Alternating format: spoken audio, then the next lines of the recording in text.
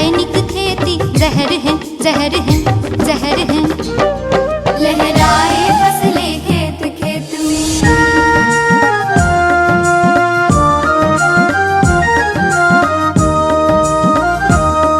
हम करेंगे जैविक खेती जो पौधों को जीवन देती, सबको सात्विक अन्न मिले, स्वस्थ बने मन खिले खिले। नए युग के लिए नई खेती, यह शाश्वत यौगिक खेती।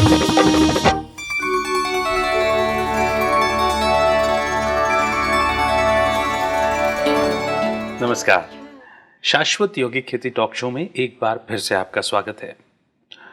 दोस्तों, आज संगठन की शक्ति के बारे में हम बात करेंगे। कहा भी जाता है साथी हाथ बढ़ाना। एक अकेला थक जाएगा, मिलकर बोझ उठाना। एक अकेला व्यक्ति वाकई में परिश्रम करता करता थक सकता है, लेकिन यदि सहयोग मिलने लग जाए एक दूसरे का, तो फिर बड़े से बड़ा कार्य भी संभव हो जाता है। कहा भी जाता है एक अकेला चना भाड़ नहीं भूंज सकता। छोटे किसानों के लिए बड़े यंत्र खरीदना या फिर बड़े स्तर पर खेती को ले जाना, अपने बाजार तक पहुंचना, ये सब संभव नहीं हो पाता है। लेकिन विचार कीजिए, वही छोटे छोटे किसान यदि अपना एक समूह बना लें, कृषक समूह बना लें, संगठन बना लें, तो न जाने कितनी सारी समस्याएं आसान हो सकती हैं, कितने सारे हल निकल सकते हैं। कृषक समूह के क्या क्या फायदे हो सकते हैं, आज इस विषय पर चर्चा करने के लिए एक बार फिर हमारे बीच में पधारे हैं वसंतराव नायक, मराठवाड़ा कृषि विद्यापीठ परभणी महाराष्ट्र से डॉक्टर आनंद गोरे। डॉक्टर साहब, आपका बहुत बहुत स्वागत है। नमस्ते, धन्यवाद। डॉक्टर साहब कृषि विद्यापीठ परभणी में सीनियर साइंटिस्ट के तौर पर अपनी सेवाएं दे रहे हैं और इन्हें 10 वर्षों का अनुभव है अपने अनुसंधान में, शोध में। आइए आज इनके गहन अनुभव का लाभ लेते हैं। डॉक्टर साहब, जब कृषक समूह की बात करते हैं हम, तो कृषक समूह के बहुत सारे फायदे होते हैं। आपने 10 वर्षों की तपस्या की है कृषक भाइयों के लिए, तो आपने बहुत नज़दीकी से देखा है किसान भाइयों को अलग अकेला स्ट्रगल करते हुए और कृषक समूह में भी बड़ी सरलता से काम करते हुए। तो किस तरह के फायदे किसान भाई उठा सकते हैं, या उससे पहले तो मैं आपसे जानना चाहूँगा कृषक समूह क्या होता है, कैसे बना सकते हैं? निश्चित आपका बहुत बहुत धन्यवाद। जो मुझे आपके जो कार्यक्रम है उसके माध्यम से मुझे यहाँ पे आने का अवसर मिला और मुझे बेहद खुशी है कि मैं महाराष्ट्र से कृषक समूह का जो वहाँ पे जो बहुत बड़ा काम हो चुका है, हाँ जी, और उसी माध्यम से किसान भाइयों ने अपनी तरक्की वहाँ पे की है जी। और उसी से आगे बढ़ते हुए मध्य प्रदेश, राजस्थान, इन्हीं राज्यों में भी किसान भाइयों में संगठन के माध्यम से अपनी प्रगति जो है और खेती जो है वो पूरी तरह से सक्सेसफुल, या उसे हम यशस्वी कहते हैं, वो करने में उनको सफलता मिली है। जी जी जी। तो हम जब देखते हैं कि आज किसान भाइयों के लिए बड़ा कठिन समय है, हम देखते हैं कि बदलता मौसम है, हाँ जी, उसके बाद जो भी विपणन की समस्या है, मार्केटिंग की समस्या है, हाँ जी, उसके बाद हम देखते हैं कि बाज़ारों में पूरी जो निविष्ठाएँ है, उर्वरक हो या कीटनाशक हो, उनके बढ़ती कीमतें हैं, ये सब जो है समस्याओं में घिरा हुआ हमारा किसान है। और किसानों को जब हम देखते हैं कि एक साथ अनेक समस्याओं से जूझना पड़ता है, तो ऐसे ही इसमें हमें सबसे बड़ी बात ये करनी है कि जब हम अकेले होते हैं, एक स्वाभाविक जो नियम है सृष्टि का कि अकेले जब हम होते हैं तो अनेक समस्याओं का सामना नहीं कर सकते। इसलिए आज हम जैसा बोलते हैं कि हमें आज सब किसान भाइयों ने एक साथ आने की ज़रूरत है, अपना संगठन बनाने की ज़रूरत है। हाँ, ना कि कृषि क्षेत्र में, बल्कि हमारे कृषि क्षेत्र में पूरे गांव का विकास हो या शहरों का विकास हो, इसलिए हमें सब लोगों को एक साथ आना चाहिए, अपना संगठन बनाना चाहिए। जी। जिन लोगों का आपस में बनता है, जो एक उद्देश्य रख के सामने आते हैं, हाँ जी, वो लोग एक साथ आके अपना समूह बना सकते हैं। जी। हालांकि उसके अंदर कई राज्य सरकारें हैं या केंद्र शासन जो है, केंद्र सरकार जो है, उनके अनेक योजनाएं उसके अंदर है। वहाँ पे हम उसका रजिस्ट्रेशन कर सकते हैं हमारे गट का, जिसे हम गुट बोलते हैं या ग्रुप बोलते हैं या संगठन बोलते हैं। हम उस संगठन को कुछ नाम दे के उसका रजिस्ट्रेशन हम कर सकते हैं। जी। अब हम मध्य प्रदेश या महाराष्ट्र की बात करते हैं तो वहाँ पे एग्रीकल्चर मैनेजमेंट जो है एजेंसी, जिला स्तरीय एजेंसी वहाँ पे है, जी। जिसे हम आत्मा बोलते हैं। जी। एग्रीकल्चर टेक्नोलॉजी मैनेजमेंट एजेंसी, ये उसका लॉन्ग फॉर्म है। जी। और वहाँ पे डिस्ट्रिक्ट कलेक्टर या डीएम जो जिसे बोलते हैं डिस्ट्रिक्ट मैजिस्ट्रेट, उनके चेयरमैनशिप के अंडर ये एजेंसी किसान भाइयों के लिए काम करती है। हम ऐसे आत्मा के अंदर भी उसका रजिस्ट्रेशन कर सकते हैं, या तो कृषि का जो गवर्नमेंट है या तो कृषि विभाग जो है उसके अंदर भी हम इसका रजिस्ट्रेशन कर सकते हैं। ये रजिस्ट्रेशन करना इसलिए अनिवार्य है कि जो भी हमें केंद्र सरकार या राज्य सरकार की जो योजनाएं है या सब्सिडी है या कुछ प्रेरणादायी स्कीम्स है उसका हम लाभ उठा सकते हैं। और हमारा एक रजिस्ट्रेशन होने की वजह से हम पर विश्वास जो जताया जाता है, बाहर मार्केट हो या बाहर का जो भी खरीदार हो जी। या केंद्र शासन या राज्य सरकार हो या खरीदार हो, हमें वो गुड के नाम से पहचानता है और रजिस्ट्रेशन नंबर की वजह से हमें किसान भाइयों के ऊपर उसका विश्वास वहाँ पे होता है। जब हम एक साथ आते हैं तो हमें कुछ उद्देश्य हमारे कॉमन या सामायिक होने चाहिए। वो गुट के कोई गुट करता है कि दूध के क्षेत्र में आता है कि वो दूध उत्पादन करता है, जी। मिल्क प्रोडक्शन जिसे हम करते हैं। हाँ जी। कोई करता है कि जैसा शुगर केन ग्रोअर का रहता है। महाराष्ट्र में हम देखते हैं कि ग्रेप्स या तो अंगूर बागवान, अंगूर जो भी उत्पाद है उनका है। हाँ जी। कुछ पोमोग्रेनेट या तो अनार उत्पादक संघ हमारे पास है। जी। जी। कोई केले उत्पादक है जिसे हम बनाना बोलते हैं। हाँ जी। तो ऐसे कमोडिटी बेस हम कुछ संघ बनाते हैं। जी। जी। जी। कुछ हम एंटरप्रेन्योरशिप के ऊपर उसको बनाते हैं। तो ऐसे हम हमारे गांव में कुछ 100-150 लोग एक साथ आके अपना संगठन बना सकते हैं। और वो संगठन के अंदर उनको किस दिशा में काम करना है वो उन्हें तय करना पड़ता है। जी। डॉक्टर साहब, जैसे आपने बताया कि अगर हम रजिस्टर करा लेते हैं उसे आत्मा के अंतर्गत या जो भी हमारी सरकार ने जो भी सुविधा दे रखी है, तो सरकार भी हम पर विश्वास रखेगी, मार्केटिंग कंपनी भी हम पर विश्वास करेगी, मेरे ख्याल से जो वित्त कंपनियां हैं वो भी हम पर विश्वास कर सकती हैं। तो कुछ ऐसे प्रैक्टिकल उदाहरण आपको देखने को मिले हैं जहां किसान भाइयों ने इन्हीं संघ, इन्हीं गुटों के अंतर्गत वित्त कंपनियों से फायदे लिए हों, बड़े संयंत्र लगाने में वो कामयाब हुए हों? निश्चित। वैसे देखा जाए तो हमारे यूनिवर्सिटी का जो कार्य क्षेत्र है मराठवाड़ा, जो कि महाराष्ट्र में पड़ता है, वहाँ पे हम देखते हैं कि हमारे इधर कुछ फार्मर या तो कुछ किसान भाई एक आ चुके हैं। जैसे कि बनसरोड़ा, हमारे इधर बीड डिस्ट्रिक्ट है, बीड जिला है, उसके अंदर बनसरोड़ा नाम का एक गांव है। वहाँ पे हमारे काकड़े बोल के एक किसान भाई है, श्री काकड़े बोल के, उन्होंने एक अपना संगठन बनाया और उसके संगठन का रजिस्ट्रेशन करने के बाद उन्होंने राष्ट्रीय कृषि विकास योजना की अंतर्गत एक प्रस्ताव दाखिल किया केंद्र शासन को, और उसके अंदर उनको 1 करोड़ से भी ज़्यादा रुपये का जो है वो अनुदान वहाँ पे प्राप्त हुआ। और उसकी वजह से उन्होंने अपना खुद कुछ पैसा लागत किया और उसके ऊपर उन्होंने पूरा एक यंत्र केंद्र, जिसे हम कृषि यंत्र केंद्र बोलते हैं, उसकी स्थापना की। और ये जो भी कृषि यंत्र है उसकी कीमत बहुत ज़्यादा है। आप देखते हैं कि कुछ लाख से लेके 50 लाख 60 लाख तक उसकी कीमत है। कंबाइन हार्वेस्टर है, जैसा कि क्रीडा का प्लांटर है, बीबीएफ मेकर एंड प्लांटर है। उसके बाद ऐसे बहुत सारे जो कृषि यंत्र है वो महंगे होते हैं, हार्वेस्टर रहते हैं। तो ये जो है जैसे कि ड्रिप इरिगेशन सिस्टम है, स्प्रिंकलर इरिगेशन सिस्टम है, तो इसके अंदर वो लोगों ने, वो किसान भाइयों ने एक आके एकजुट दिखा के ये जो प्रयोग है वो गए 2 साल से सक्सेसफुली और बड़ी सफलता से वो वहाँ पे कर रहे हैं। और पूरे देश में से लोग वहाँ पे देखने को आते हैं, किसान भाई आते हैं और वो सफलता देखते प्रेरणा लेके पूरे देश में जाते हैं।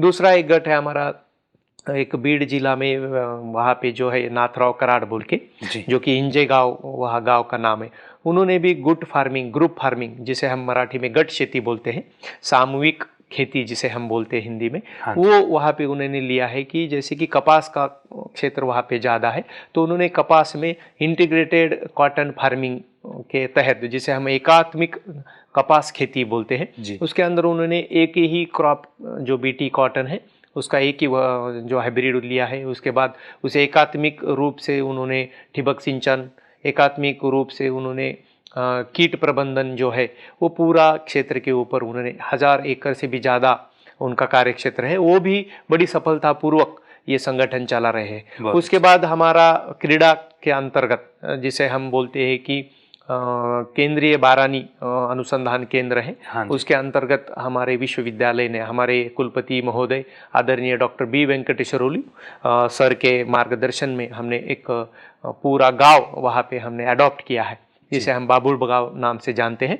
और वहाँ पे हमारा जो क्लाइमेट रिजिलेंट एग्रीकल्चर टेक्नोलॉजी वहाँ पे हम दे रहे, मौसम की जो बदलाव आ रहे हैं उसे हम सामना करने के लिए कौन सी तकनीक हमें वहाँ पे वापरनी चाहिए कृषि में, वो तकनीकों को हमने वो बाबुल गांव में अपनाया है।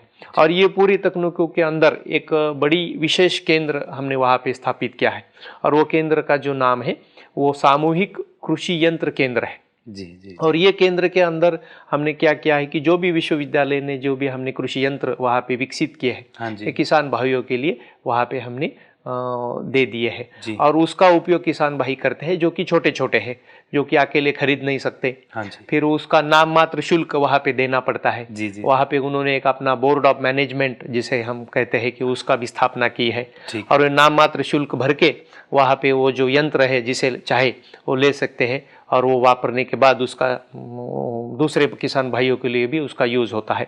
और ऐसे 2-2, 3-3 एक ही तरीके के वहाँ पे कृषि यंत्र जो है रखे वाले हैं, क्योंकि वहाँ के आजू बाजू के पूरे किसान भाई उसका यूज कर सकते हैं। उसके बाद हमने कुछ मृद जल संधारण के कुछ मॉडल्स भी वहाँ पे विकसित किए हैं। जी।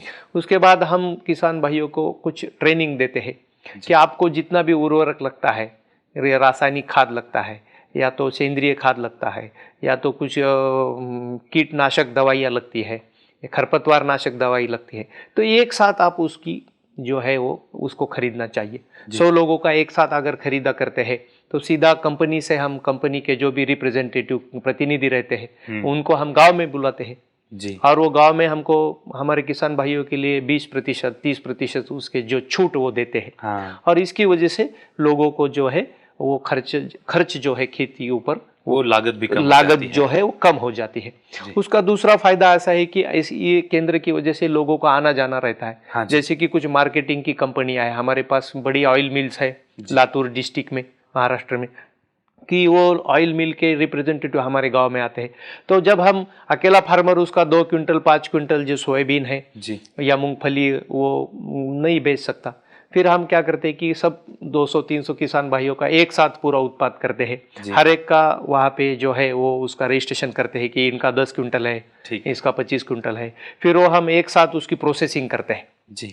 प्रोसेसिंग माने कि हम उसको क्या करते हैं कि कुछ प्रक्रिया करते हैं, जैसा उसको क्लीन करना, स्वच्छ करना है। जी। उसका ग्रेडिंग, प्रतवारी करना है, ग्रेडिंग करते हैं, अच्छा, मीडियम और थोड़ा खराब। फिर उसकी पैकिंग करते हैं हम उसको, और फिर विपणन के लिए हम ज़्यादा से ज़्यादा कैसे उसको भाव मिले हमारे कृषि उत्पाद के लिए, किसान भाइयों के लिए। तो इसके लिए हम जो है वो बड़ी शान के साथ हमारे किसान भाई एक साथ होके, उनके 2 रिप्रेजेंटेटिव रहते हैं, वो उनके पास जाते हैं और वहाँ पे ज़्यादा से ज़्यादा भाव या बाजार भाव या तो मार्केट रेट उनको मिलता है। जी। दूसरी एक बात इसके अंदर मैं कहना चाहूँगा कि ग्रुप के अंदर ये जो संगठन हम बनाते हैं, कि संगठन में हम कुछ लोगों को आइडेंटिफाई करना जरूरी है। जी।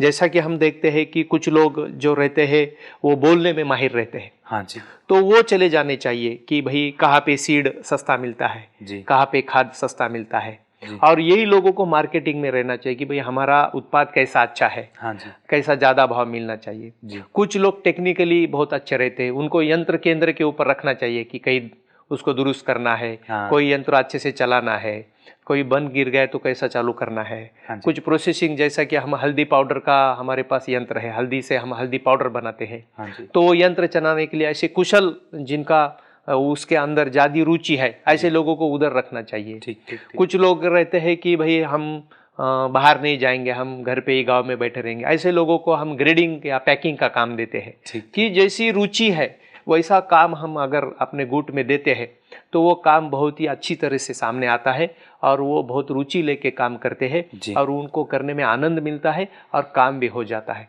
तो ऐसे हम रुचि देख के लोगों को अलग अलग का काम देते हैं तो संगठन का काम बहुत अच्छे तरह से सामने आता है और वो काफ़ी दिनों तक चल सकता है। कुल मिलाकर उसके अंदर संगठन में प्रबंधन का भी अगर हम थोड़ा सा इस्तेमाल कर लें निश्चित, तो जिसकी जैसी रुचि है वो उस रुचि अनुसार और अधिक उमंग उत्साह से करेंगे निश्चित, और संगठन भी सफलतापूर्वक चलता रहेगा। निश्चित, निश्चित।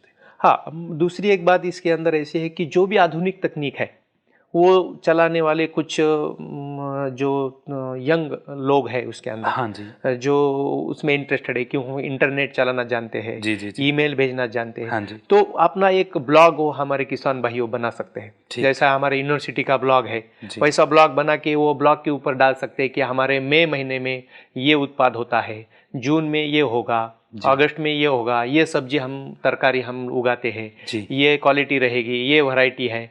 तो पूरे इंडिया में नहीं पूरे ग्लोब में आपके ब्लॉग के माध्यम से आपका गांव जा सकता है। जी, आपके गांव की क्या विशेषता है, आपके गांव की, समझो आप ऑर्गेनिक फार्मिंग काम करते हैं तो आप बोल सकते हैं कि हमारी तरकारी जो है ऑर्गेनिक है, इसको हमें ऐसा हमारा जो है इतना भाव हमें चाहिए।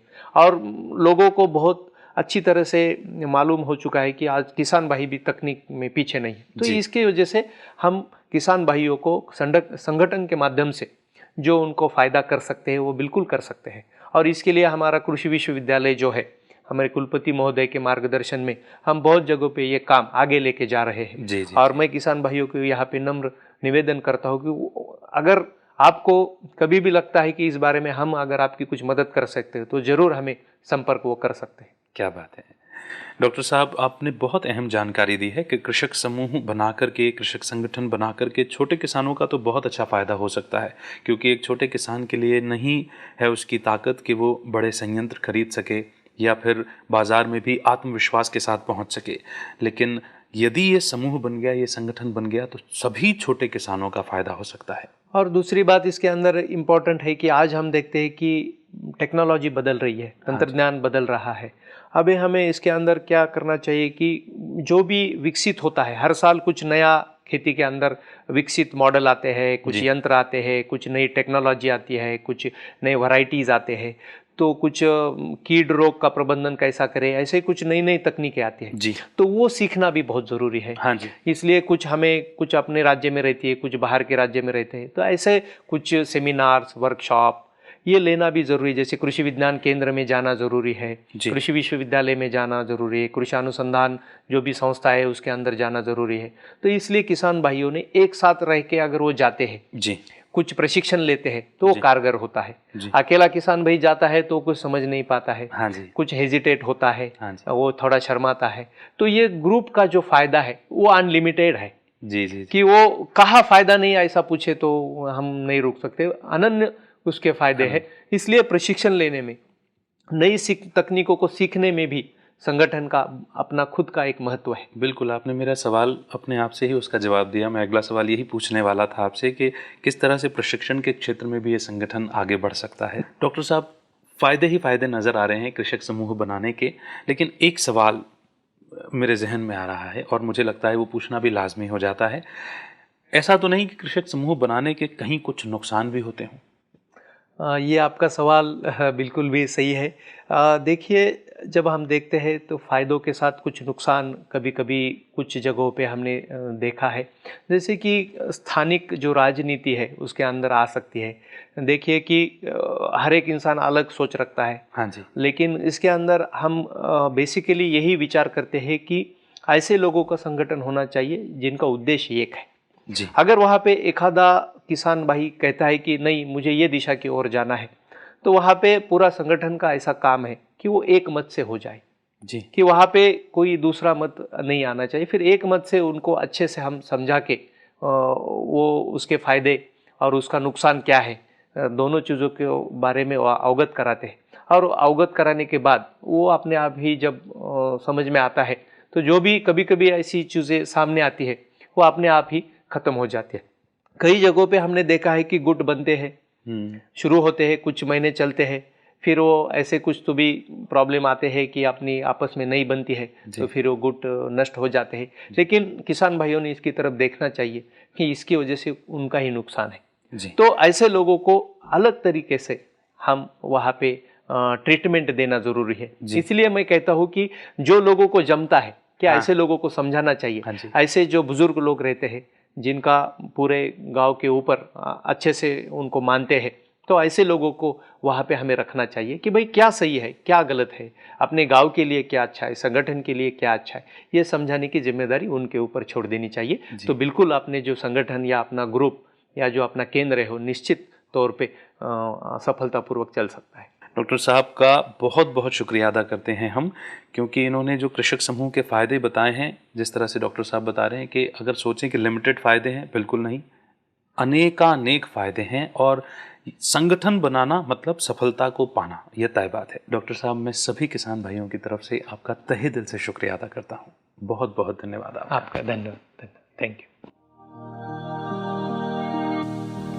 जिंदगी एक सफर है, रास्ते मुश्किल ही सही,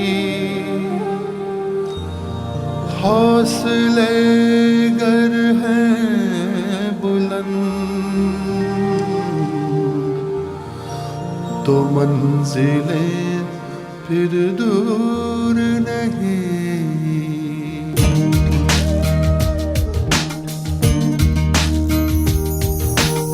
मिलकर हम सब गाएं, सबको गले लगाएं, आशा के बनकर मोती प्यार की फैलाएं ज्योति।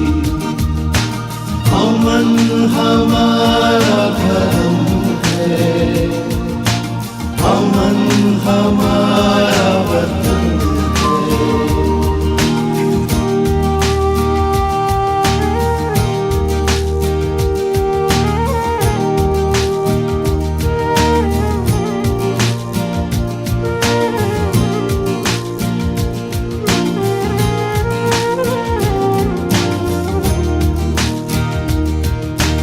अमन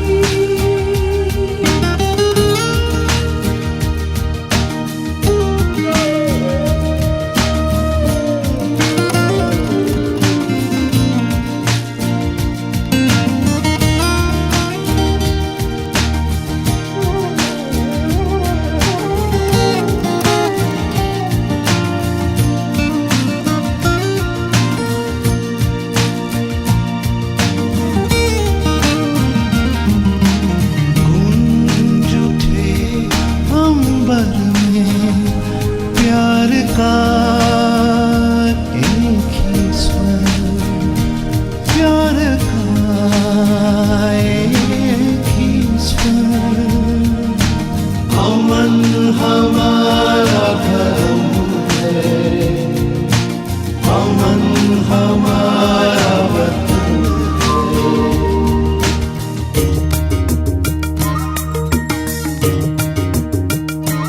जिंदगी एक सफर है, रास्ते मुश्किल ही सही, हौसले गर हैं बुलंद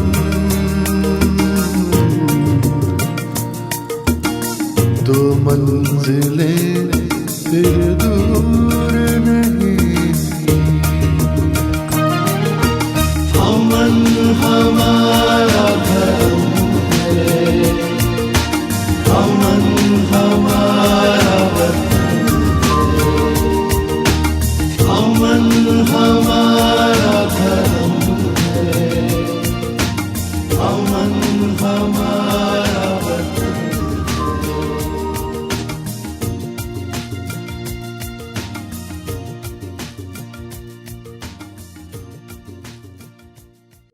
तो दोस्तों, आज के कार्यक्रम में जिस विषय पर चर्चा हुई है, ये विषय हमारे लिए, हम सब के लिए, हम में से हर एक के लिए बहुत ज़्यादा महत्वपूर्ण है। एक लकड़ी को तोड़ने की कहानी और लकड़ी के गट्ठर को तोड़ने की कहानी हम सब ने सुनी हुई है। एकता का, संगठन का क्या महत्व है, हमसे छिपा हुआ नहीं है। और आज इन कठिन परिस्थितियों में जब चारों ओर महंगाई का राक्षस विकराल मुंह बाए खड़ा है, ऐसे समय पर यदि हम किसान भाई संगठित हो जाते हैं तो हमारे लिए तो केवल और केवल फायदा है, और हर प्रकार से फायदा है। आज के कार्यक्रम में बस इतना ही। कार्यक्रम की अगली कड़ी में नए विषय, नए विशेषज्ञ के साथ आपके बीच में उपस्थित होंगे। तब तक के लिए दीजिए इजाजत, रखिए अपना बेहतर ख्याल। नमस्कार।